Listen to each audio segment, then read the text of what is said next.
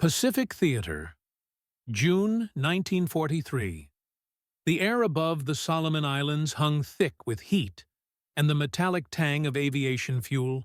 On a sun-baked airstrip carved from jungle and coral, a formation of Mitsubishi A6M Zero fighters sat gleaming in perfect rows, their polished aluminum skins reflecting the tropical sun like mirrors. In the ready room nearby, Lieutenant Hiroshi Nishizawa leaned back against the bamboo wall, cigarette smoke curling lazily toward the thatched roof. Around him, veteran pilots of the Imperial Japanese Navy exchanged knowing smiles as intelligence reports described the Americans' newest fighter, the Grumman F6F Hellcat. The specifications seemed almost comical to men who had ruled the Pacific skies for 2 years. 6 tons of metal, a radial engine that promised raw power but sacrificed the grace they had perfected. The Americans, it seemed, had learned nothing. They were still building their fighters like they built everything else, heavy, brutish, overwhelming in scale, but lacking the refined art of aerial combat that had made the Zero the deadliest fighter in the Pacific. Nishizawa crushed his cigarette under his boot and spoke the thought that echoed through every Japanese fighter squadron from Rabaul to the Philippines. Let them come with their fat turkey. We will carve it from the sky like all the others. For the pilots of the Imperial Japanese Navy, this confidence was not arrogance, but empirical truth forged in the smoke and blood of countless victories. Since December 1941, the Mitsubishi A6M Zero had established a reputation that bordered on mythological. Over Pearl Harbor, it had shredded American defenses. Above the Philippines, it had hunted Curtiss P-40 Warhawks with impunity. In the skies over Burma, Java, and New Guinea, it had turned every engagement into a demonstration of aerial supremacy, so complete that Allied pilots whispered about it in their tents at night. A fighter so nimble, it could turn inside anything the Americans or British could field. So long-ranged it appeared over targets thought safe beyond any aircraft's reach. So lethal that encountering one was tantamount to a death sentence. The statistics supported their confidence with brutal clarity. In the first 6 months of the Pacific War, Zeros achieved kill ratios that defied belief, sometimes 10-to-1, occasionally 20-to-1. American Wildcats, Buffaloes, and P-40s fell like autumn leaves before the precision gunnery and superior maneuverability of Japanese pilots who had honed their skills over the skies of China for years before Pearl Harbor. The Zero could outclimb, outturn, and outrange virtually any opponent. Its 20mm cannons delivered devastating firepower, and in the hands of veterans like Nishizawa, Saburo Sakai, or Toshio Ota, it became an instrument of destruction so effective that it redefined what pilots believed possible in aerial combat. But beneath this justified confidence lay a dangerous assumption, one that would prove far more fatal than any tactical miscalculation.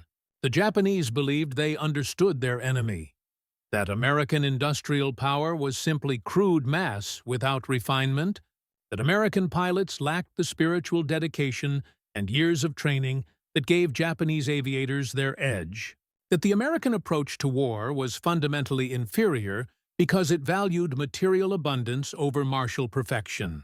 This worldview was reinforced by everything they had witnessed in the war's opening months.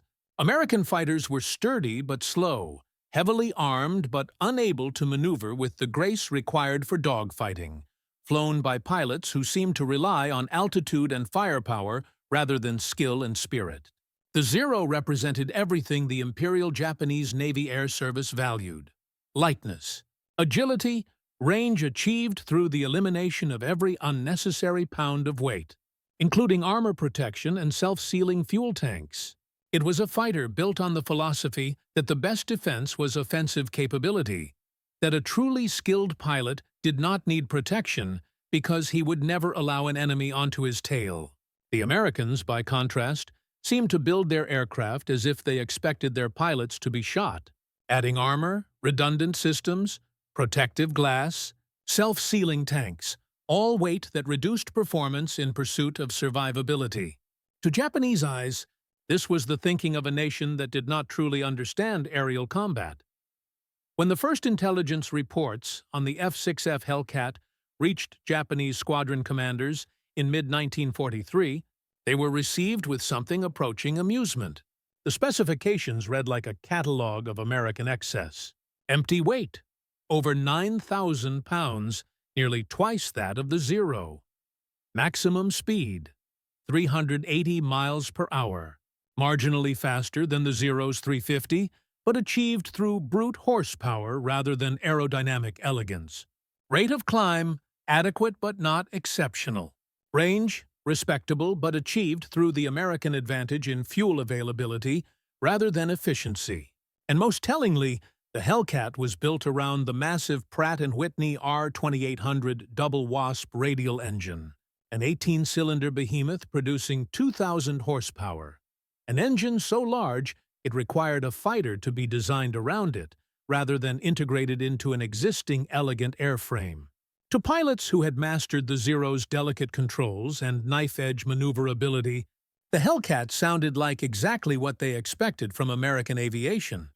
Powerful, heavy, and lacking the refinement that separated adequate fighters from legendary ones. "They are building trucks," one squadron leader remarked after reviewing the intelligence summary, "and we are flying samurai swords." What these pilots could not see from their jungle airstrips, what their intelligence networks failed to convey, and what their doctrinal assumptions prevented them from imagining was that the Americans were not repeating old mistakes, but conducting a systematic revolution in fighter design driven by operational data gathered at tremendous cost. Every Wildcat that had burned over Midway, every P-40 that had been shredded over Guadalcanal, every pilot who had radioed his final moments as a Zero-stitched cannon rounds through his unprotected fuel tanks, all of this had been meticulously documented, analyzed, and transformed into design requirements. The Hellcat was not crude American excess, but a precisely engineered response to combat realities that Japanese doctrine chose to ignore. Its weight was not bloat, but armor that could absorb 20mm cannon rounds. Its rugged construction was not primitive, but intentional, designed so that battle-damaged aircraft could return to carrier decks instead of vanishing into the Pacific. Its powerful engine was not compensation for poor aerodynamics, but a deliberate choice to enable tactics that did not rely on turning dogfights, the realm where the Zero excelled, but on energy fighting, boom and zoom attacks, and the ability to dictate engagement conditions. The Grumman Ironworks on Long Island, where the Hellcat was born, looked nothing like the precision factories of Mitsubishi. It was a sprawling industrial complex of riveting hammers, assembly lines, and practical engineering that prioritized producibility and maintainability alongside performance. The designers who created the Hellcat studied combat reports with the urgency of men who knew their mistakes would be paid for in the blood of pilots they would never meet. They noted that Wildcats often could not escape Zero attacks because they lacked climb rate. They documented that American pilots survived catastrophic damage when protected by armor, but died instantly without it. They recorded that Zeros, when hit, burned catastrophically because their unprotected fuel tanks became flying incinerators. Every one of these observations became a design requirement. The Hellcat would have armor sufficient to protect the pilot from behind and below. It would have self-sealing fuel tanks that could absorb gunfire without exploding. It would have redundant control systems so that damage to one circuit would not doom the aircraft. It would have a massive engine capable of climbing away from danger or pursuing wounded prey. And crucially, it would be equipped with 6 50-caliber machine guns mounted in the wings, each capable of firing 800 rounds per minute. A combined firepower that could saw through enemy aircraft like a buzzsaw through silk. Neat, but engineering alone would not defeat the Zero. The transformation required was not merely technical, but tactical, a complete reconceptualization of how American pilots approached combat. Throughout 1942 and early 1943, As Wildcats and early Hellcats began arriving in the Pacific, squadron commanders faced the difficult task of breaking their pilots of instincts that would get them killed. The natural response when an enemy fighter appeared was to turn into it, to engage in the circling dogfight that aerial combat had favored since the First World War. Against Zeros, this was suicide. In a turning fight, the lighter, more agile Zero could spiral inside any American fighter, slowly working into position until its cannons found their mark. The new doctrine was counterintuitive, almost cowardly seeming to pilots raised on stories of dogfighting aces. Never turn with a Zero. Never attempt to match its maneuverability. Never allow pride to override tactical discipline. Instead, American pilots were drilled in the thatch weave, a defensive maneuver where paired fighters covered each other, turning any Zero attack into a crossfire trap. They practiced high-altitude approaches that used the Hellcat's superior diving speed to slash through Japanese formations. They learned to use their altitude advantage to dictate combat, engaging only when conditions favored them and climbing away when they did not. These were not the tactics of romanticized aerial knights, but of systematic predators exploiting measurable advantages. The first true test came in late August 1943, above the Solomon Islands, where the war's grinding attrition had bled both sides for months.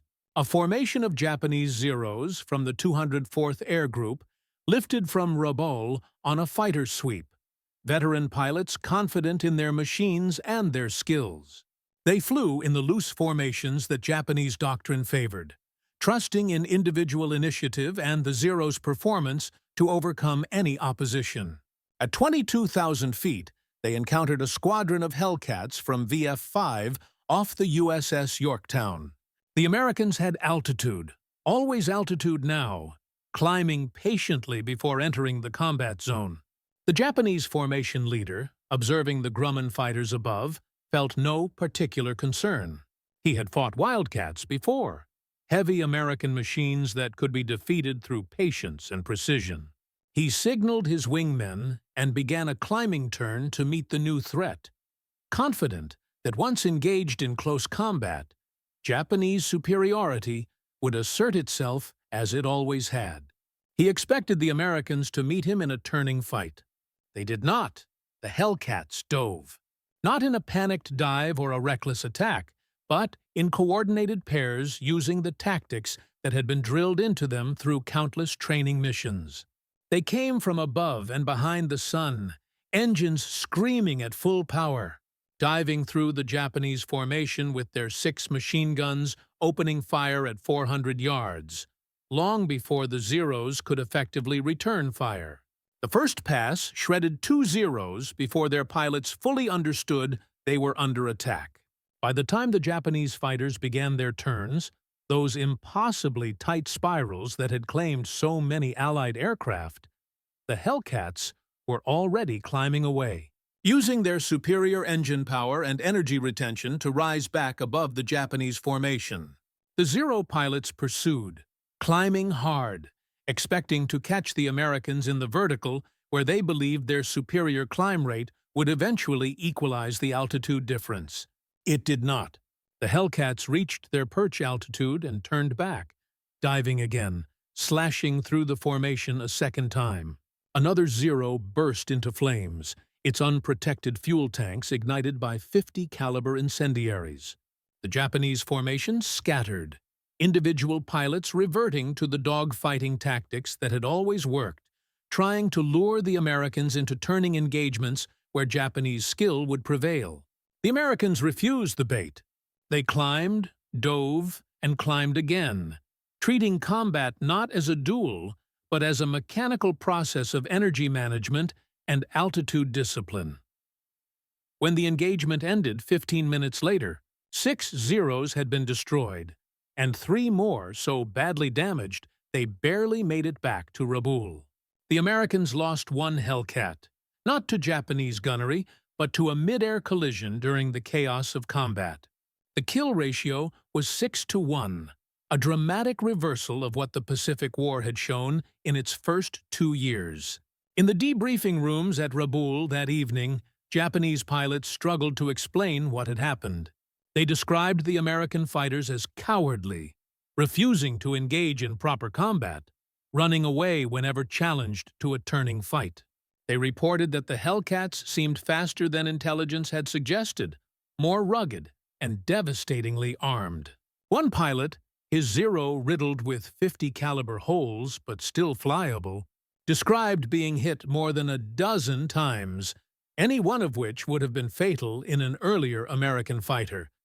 Yet the Hellcat had simply continued its attack as if undamaged. The assessment that went up the chain of command reflected both confusion and nascent concern. The Americans had not fielded a better Zero, but rather something entirely different. A fighter that played by different rules and refused to fight in the arena where Japanese advantages applied. Over the following months, as Hellcat production ramped up and more squadrons transitioned to the new fighter, the pattern repeated with mechanical consistency across the Pacific. Above Tarawa in November 1943, Hellcats from the USS Essex and Bunker Hill engaged Japanese Betty bombers and their Zero escorts, destroying 30 Japanese aircraft while losing one Hellcat, a 30-to-1 kill ratio that seemed impossible until the gun camera footage was reviewed. In the skies above Kwajalein in January 1944, Marine Hellcat squadrons decimated Japanese air attacks, attempting to strike American landing forces, the sturdy Grumman fighters absorbing damage that would have downed Zeros and continuing to fight. By February 1944, during Operation Hailstone, the massive carrier raid on Truk, Hellcats achieved total air supremacy, destroying over 200 Japanese aircraft on the ground and in the air while suffering minimal losses. The Zero, once the undisputed master of Pacific skies, was being systematically hunted to extinction by a fighter its pilots had initially dismissed as another clumsy American failure. The transformation was not merely technical but psychological. American pilots, blooded in the desperate defensive battles of 1942, now flew with the confidence of men who knew their aircraft gave them survivable advantages. They trained new pilots not in individual heroics, but in team tactics, mutual support, and disciplined adherence to doctrine. The Hellcat became the platform for a new generation of American aces, men like David McCampbell, who would claim 34 victories, all but one in the Hellcat. Alexander Vratsiu, who shot down 19 Japanese aircraft, including 6 in a single engagement. And Patrick Fleming, Cecil Harris, Eugene Valencia, each demonstrating that American pilots, given a fighter designed around combat realities rather than romantic notions of aerial dueling, could not merely match but exceed their opponents. The Hellcat squadrons developed an esprit de corps built not on mysticism or martial philosophy, but on trust in their machines and faith in their tactics. They knew their fighters could take punishment and keep flying. They knew their armor would protect them from the killing shots that had claimed so many earlier pilots. They knew their engine could get them out of trouble.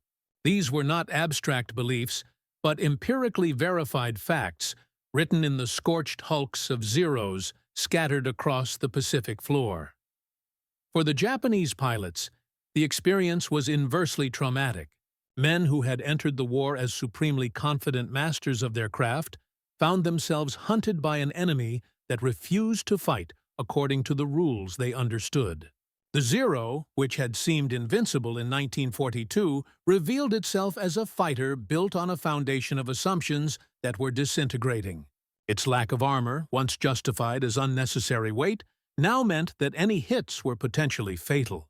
Its unprotected fuel tanks, once acceptable because Japanese pilots were expected to avoid being hit, now transformed every engagement into a death lottery where a single burst could immolate the aircraft. Its light construction, which enabled superior maneuverability, now meant that battle damage that a Hellcat would shrug off could cripple or destroy a Zero. Japanese pilots began avoiding combat when possible, attempting to attack only when they held overwhelming numerical advantage.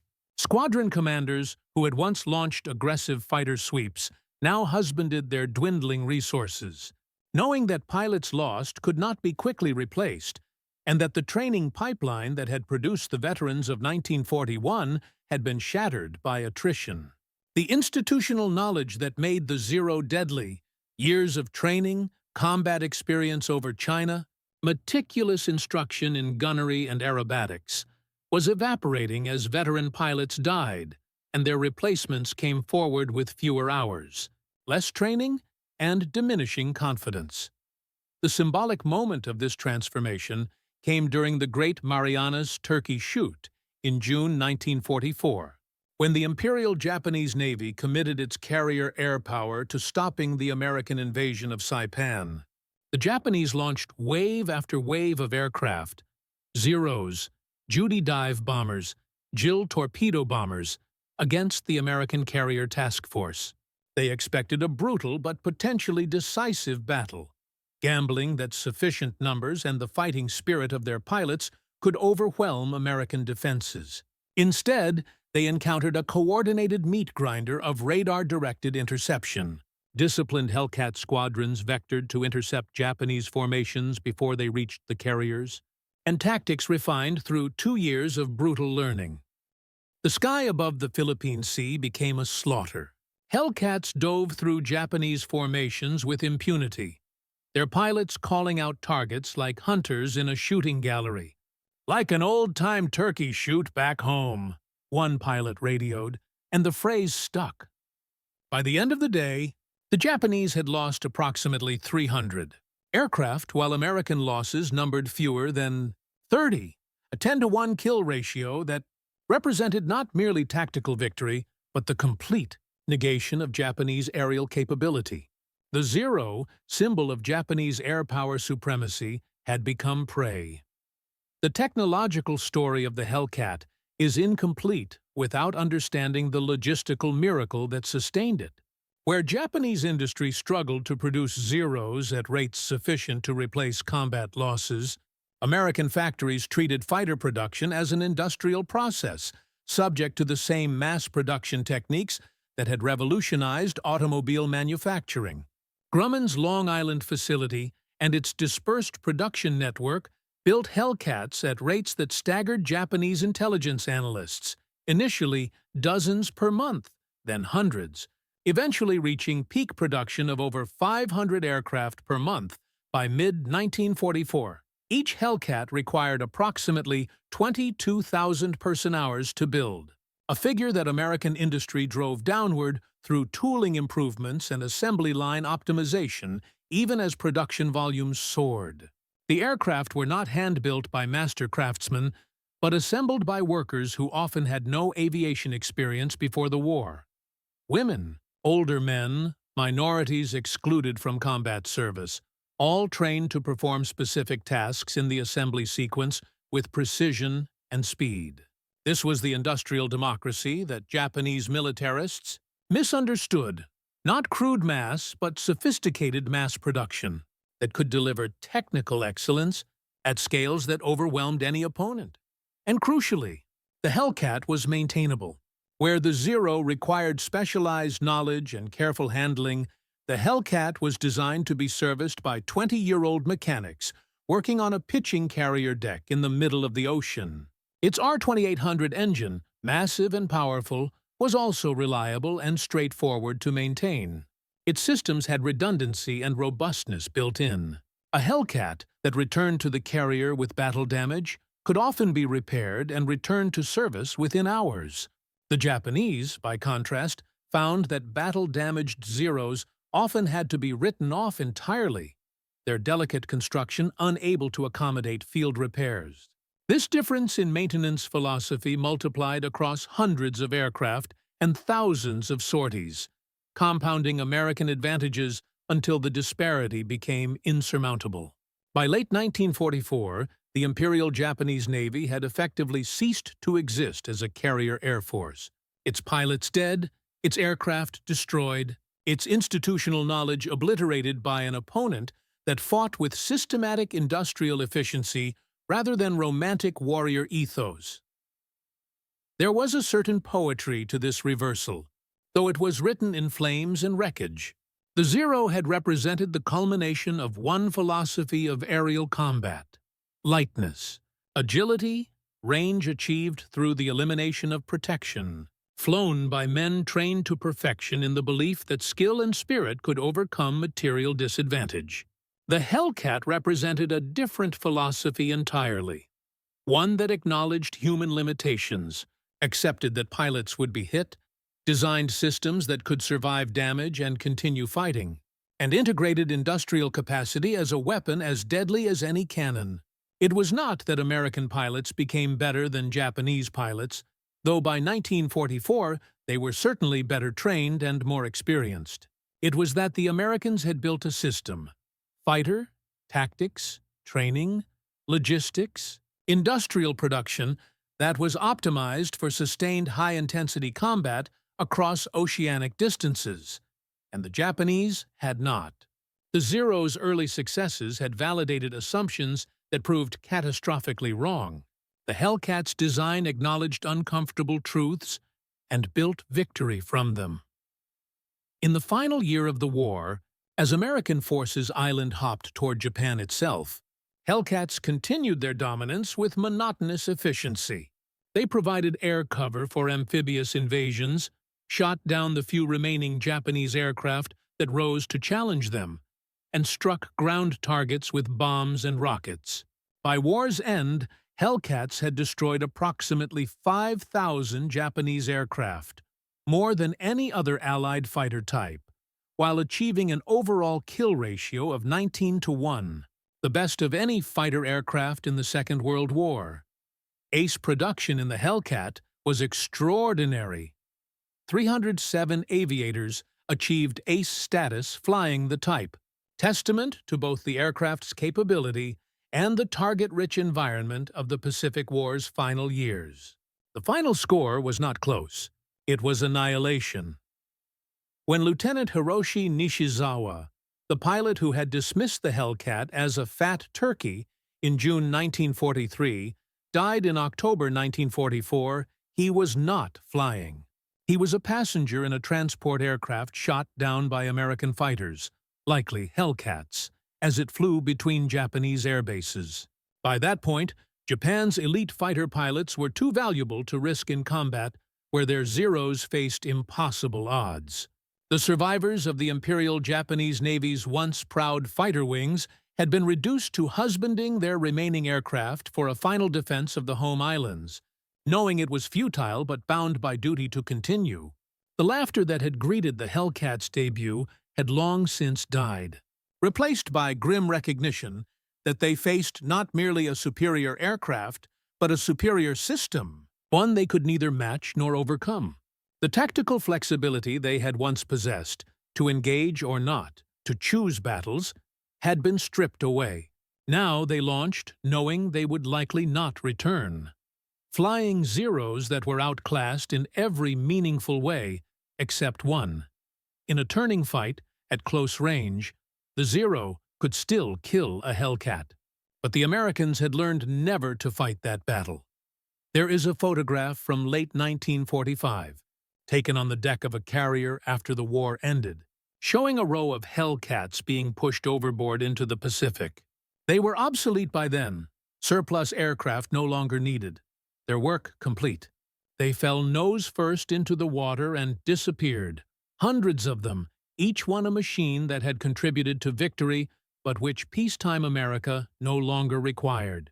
It was a casual disposal that would have been unthinkable to Japanese military culture, where weapons were respected as embodiments of warrior spirit.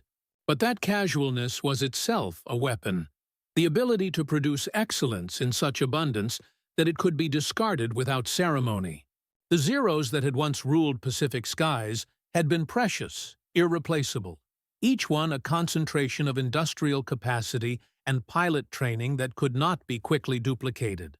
When a Zero fell, it took with it months of production and years of training. When a Hellcat fell, another was already being assembled, and another pilot was graduating from a training program that produced competent fighter pilots in months rather than years. This was the victory the Japanese had failed to anticipate when they laughed at the Hellcat's specifications. The lesson extends beyond the technical particulars of airframes and engines into something more fundamental about how nations wage industrial war. The Japanese had optimized for perfection at the war's beginning. Elite pilots, exceptional aircraft, tactics refined through years of combat in China. They assumed the war would be short and that their initial advantages would prove decisive before American industrial power could be brought to bear. They were half right. Their initial advantages were remarkable, and their early victories stunning. But they had misunderstood the nature of the war they were fighting. Modern industrial warfare rewards not perfection, but adequacy at scale, not irreplaceable excellence, but good enough competence in overwhelming numbers. The Zero was a better dogfighter than the Hellcat in the abstract physics of aerial combat. In the actual war that was fought, a war of carrier operations, pilot attrition, industrial production, and tactical systems, the Hellcat was superior in every dimension that mattered. The Japanese had brought a masterwork sword to a gun factory, and perhaps most poignantly, the pilots themselves understood this long before their leadership accepted it. In the diaries and letters of Japanese fighter pilots recovered after the war, there runs a thread of growing desperation and grim realization. They wrote of fighting with courage and skill, of comrades lost, of missions flown knowing they were futile. They described the Hellcats not with contempt, but with respect bordering on fear. The Grumman became shorthand for an opponent that could not be easily defeated, that absorbed damage and kept fighting, that was flown by increasingly skilled pilots employing tactics that negated Japanese advantages. Some wrote philosophically about how machines reflected the nations that built them. The Zero, lightweight and elegant and fragile, represented Japan's industrial limitations and cultural aesthetics. The Hellcat, heavy and powerful and rugged, represented American abundance and pragmatic engineering. This was not wrong, though it was incomplete. Both fighters represented choices, different answers to the question of how to build an effective weapon system.